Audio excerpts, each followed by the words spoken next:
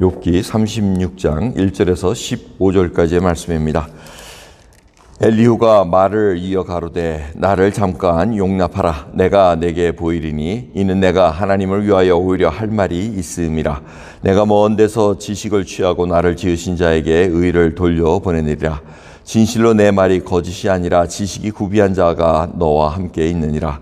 하나님은 전능하시나 아무도 멸시치 아니하시며 그 지능이 무궁하사 악인을 살려두지 않으시며 고난받는 자를 위하여 신원하시며 그 눈을 의인에게서 돌이키지 아니하시고 그를 왕과 함께 영원히 위에 앉히사 존귀하게 하시며 혹시 그들이 누설에 매이거나 환난의 줄에 매 얽혔으면 그들의 소행과 허물을 보이사 그 교만한 행위를 알게 하시고 그들의 귀를 열어 교훈을 듣게 하시며 명하여 죄악에서 돌아오게 하시나니 만일 그들이 청종하여 섬기면 형통이 나를 보내며 즐거이 해를 지낼 것이요 만일 그들이 청종치 아니하면 칼에 망하며 지식 없이 죽을 것이니라.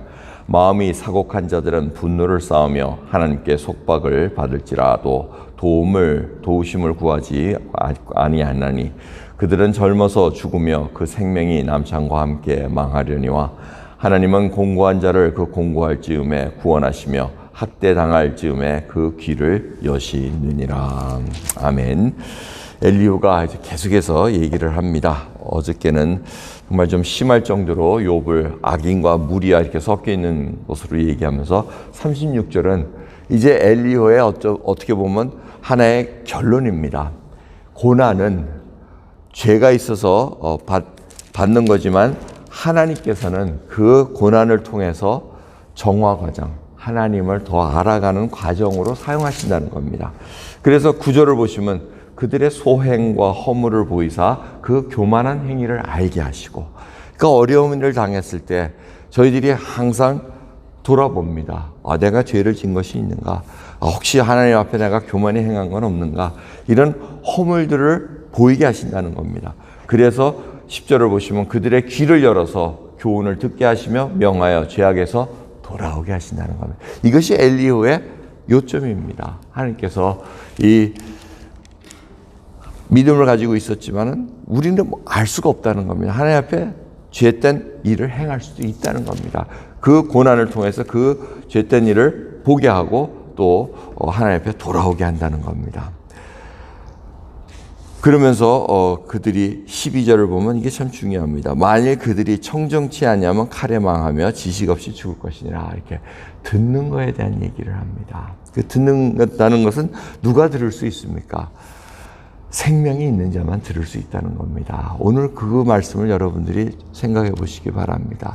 거듭난 영, 하나님께서 구원을 베풀어 주시고 우리 주 예수 그리스도가 바로 나의 구원자시고 나의 모든 죄를 위해서 돌아가셨습니다 라고 고백하는 그 거듭난 영에 인해서 고백할 수가 있습니다. 그 살아있는 영은 반응을 보이게 돼 있다는 겁니다. 하나님의 말씀을 전파될 때 그리고 하나님께서 알려주실 때 우리가 반응을 보이는 것은 살아있기 때문에 그렇습니다. 하나님 그렇습니다. 동의하고 아멘하고 우리가 이렇게 말씀에 반응을 보이는 것은 하나님께서 구원을 베풀어 주시고 생명을 주셨기에 가능하다는 겁니다. 살아있기 때문에 우리가 하나님 앞에 꿇어 엎드려 기도합니다. 간구합니다. 도와달라고 청합니다. 어려운 상황 속에서도 하나님 말씀을 붙잡고 나가는 것은 바로 하나님께서 우리가 생명을 주셨기에 그 생명에 살아있음이 있기 때문에 응답한다는 것입니다. 반면에 13절은 마음이 사곡한 자들은 분노를 쌓으며 하나님께 속박을 받을지라도 도움을 구하지 아니한다고 얘기합니다. 이 사곡한 자들라는 것은 경건치 아니한 자를 얘기합니다. 하나님을 무시하는 자들, 겉으로는 하나님을 경외하는 척한다는 겁니다. 하지만 그 사곡한 자들, 경건치 아니한 자들은 하나님께서 구원을 베풀고 하고 원하실지라도 그들이 구하지도 않는다는 거. 왜? 살아있지 않기 때문에. 그것이 나중에 심판으로 이어질 때 결국은 그들은 하나님을 인정치 않는다는 겁니다. 많은 우리가 아는 징조 있지 않습니까? 주님이 다시 오실 때 1월 성신이 다 흔들리고 모든 것들이 변할 때 그 믿음이 있는 자, 생명이 있는 자는 그것을 보고 알게 됩니다. 하나님 오실 때가 됐구나. 주님이 다시 오실 때가 됐으니 내가 준비해야지 하고 이 마음이 있는데 사곡한 자들은 그걸 볼지라도 눈앞에 당장 뭐가 올지라도 그들은 도움을 구하지 않는다. 왜? 마음이 사특하기 때문에 아주 경건하지 않고 아주 악하기 때문에 그렇습니다. 여러분 오늘 저희들 마음속에 어떠한 생각이 있습니까? 그 마음속에 주님께서 분명히 경고하셨습니다. 우리 마음속에 있는 것이 다 나오게 돼 있다고. 그러기에 우리 속에 있는 것은 선한 것이 하나도 없습니다. 그런데 주님께서 부어주신 그 새로운 생명, 그 생명은 주님이 주신 것이기에 주님을 따라 나갑니다.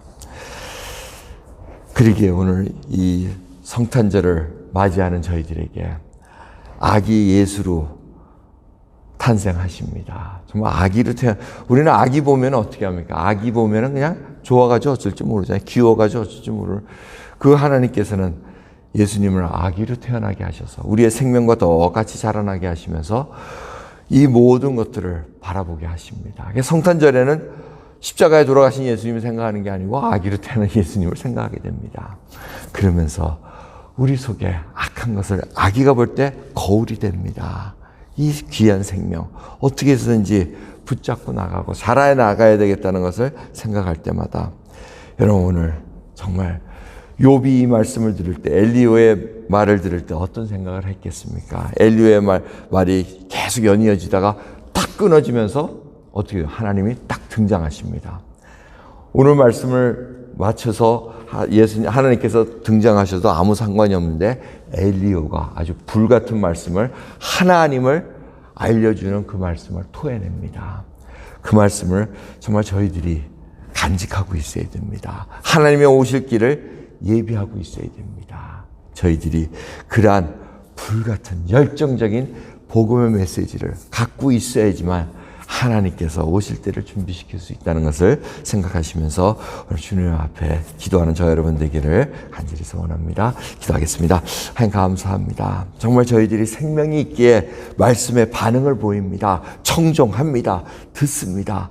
주님은 의인들에게서 눈길을 떼지 않는다고 말씀하십니다. 주여, 지금도 바라보시는 하나님의 눈길을 저희들이 어찌 피할 수 있겠나이까?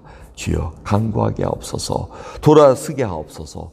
주여, 말씀대로 순종하며 이제는 주의 그 멍에를 메고 주님으로부터 배울 수 있는 저희들 되게 인도해 주옵소서. 감사드리며 우리 예수 그리스도의 이름으로 기도드리옵나이다. 아멘.